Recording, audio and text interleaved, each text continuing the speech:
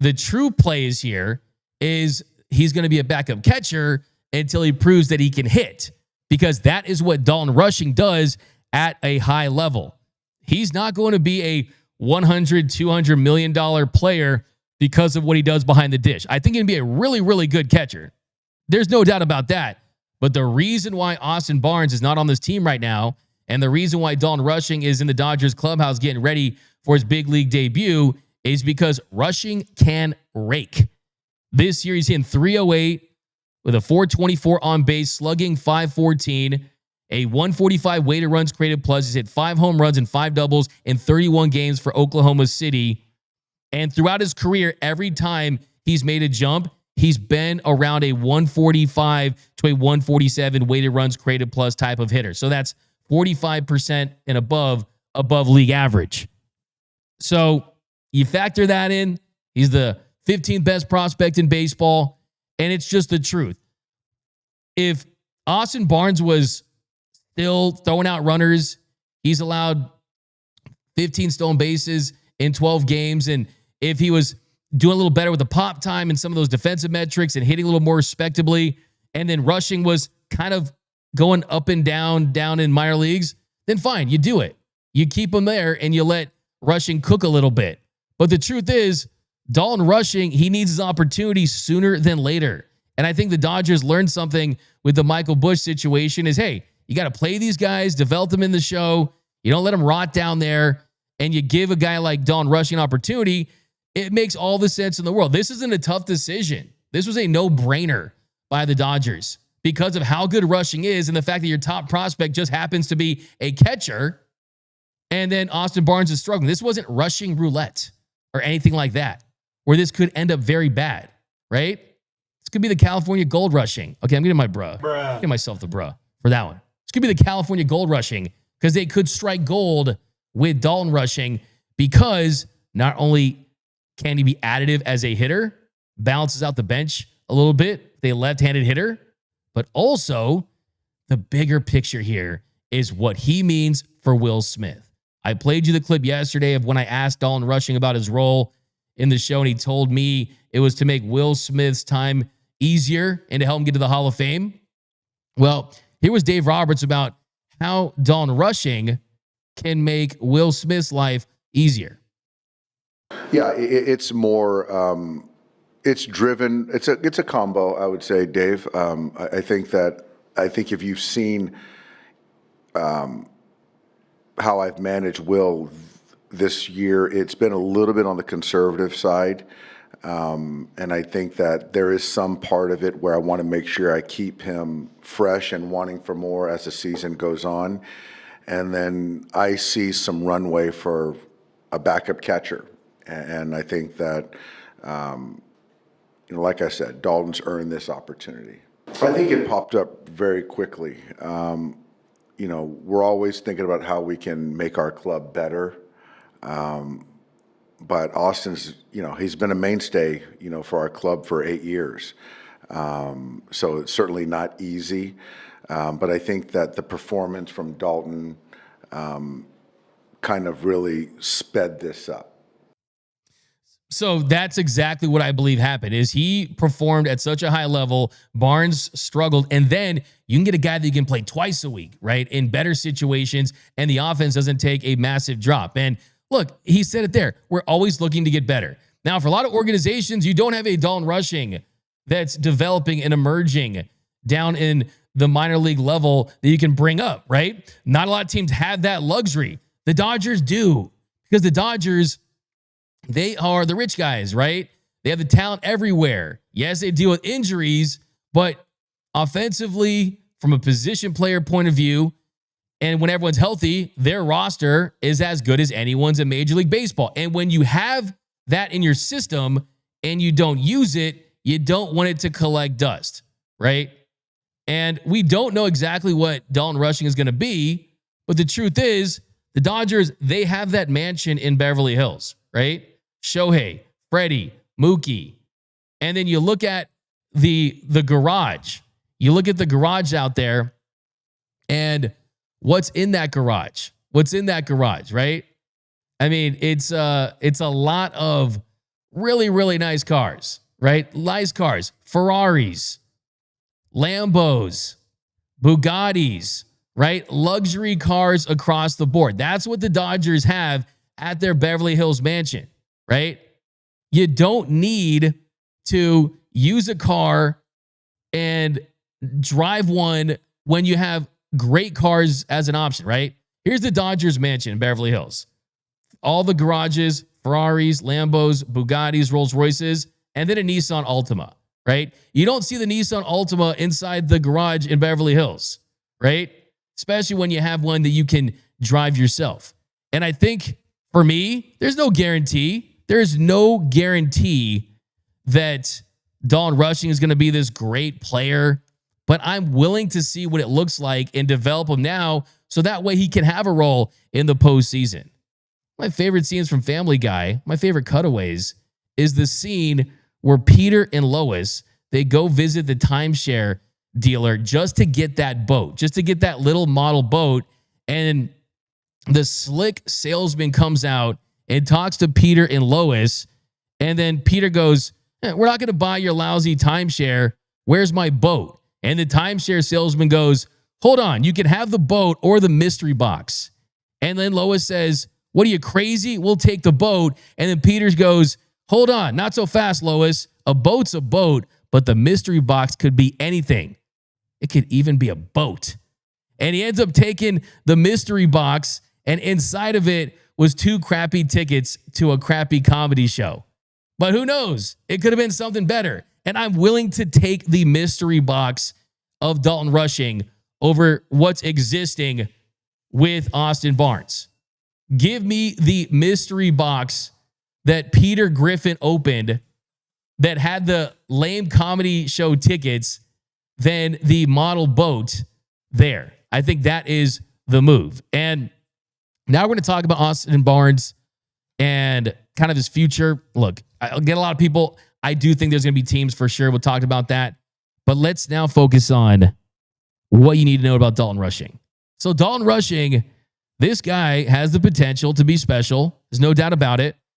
I think when Dave says backup catcher, I think what he means is if he can prove he can hit, then it's tough to keep a guy out of a lineup. If Dalton Rushing's hitting 300 and slugging, they're not going to keep him out of a lineup that struggles in the bottom of the order. I do think that it should open up to give him some opportunities in left field. Give Teo some rest in right, put him in left. Freddie Freeman gets a day off here and there, put him at first. Because if that's not the case, then what would his long-term future be with this team? Is he going to be your top prospect? Is he going to be your backup catcher for a long time? I mean, let's see if he can hit and we'll go from there. Let's see if he can hit. If he can hit, opens everything up. If he hits, he sticks. And that is the most important thing. But as far as his prospect status, this is his scouting report from Baseball Prospectus. Now, he's 6'1", 220 pounds, was born February 21st, 2001, bats lefty. He was drafted by the Dodgers in the second round in the 2022 draft out of Louisville, signed for $1.959 million. And the scouting report on Rushing is a skilled left-handed hitter who showcased impressive offensive production across 2 levels of the minors in 2024.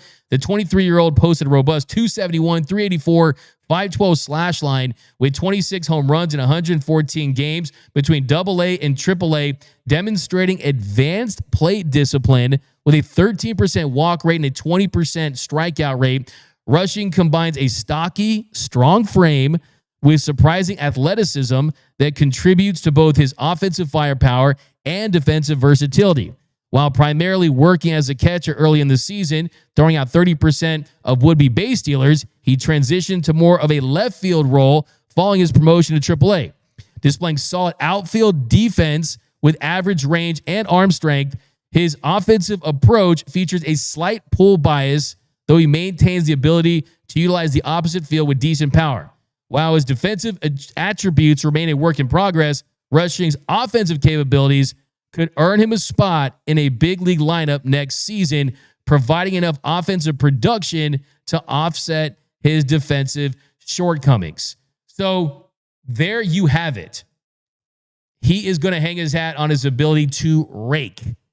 Defensively, if he's passable, cool, but I need to see 280 to 300 with slug, going the opposite direction, hitting the ball hard, and he's just advanced offensively. The defense, that's the question for him, especially when it comes to role. Impact, I think, could be as a guy that just comes off the bench. And Dave kind of talked about it. It's risky, of course. You're coming off in a pinch hitting situation. You don't have a backup catcher. Let Kike catch. Okay? That's certainly an option there. So, yeah, Dalton Rushing, I think the floor is low. I think the floor is high. And I think the ceiling's high. I think that base level, he's going to be able to hit. It's just finding a spot for him defensively.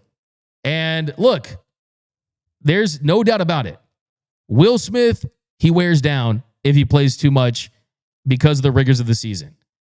Dealing with the ankle injury last year, that clearly impacted him at the plate. There was a ball the other day that went off his head on a foul ball. And when Will Smith is healthy, I think he's the best catcher in baseball, right in that conversation. But when he's not healthy, he's pressing at the plate. He's grinding at the plate. Just look at last season. Last season, Will Smith, first 80 games before the All-Star break in 2024, he had 838 OPS and a 130 weighted runs created plus. He was 30% above league average offensively. Then 48 games after the All-Star break, the batting average dropped to 206, 295 on base, 331 slug, and the numbers just went down. A 626 OPS, a 78 weighted runs created plus, so he was 22% below league average, just 5 home runs. And in the postseason, had some moments in the postseason. He certainly did. In the DS Game 4, hit a 2-run home run. Hit a 2-run home run in Game 6 of the NLCS against the Mets. And he had a solo shot in Game 4 of the World Series, and the Dodgers lost to the Yankees. But in 16 playoff games last year, Smith had a career low in everything. I mean, 143 batting average, 246 on base, 321 slug.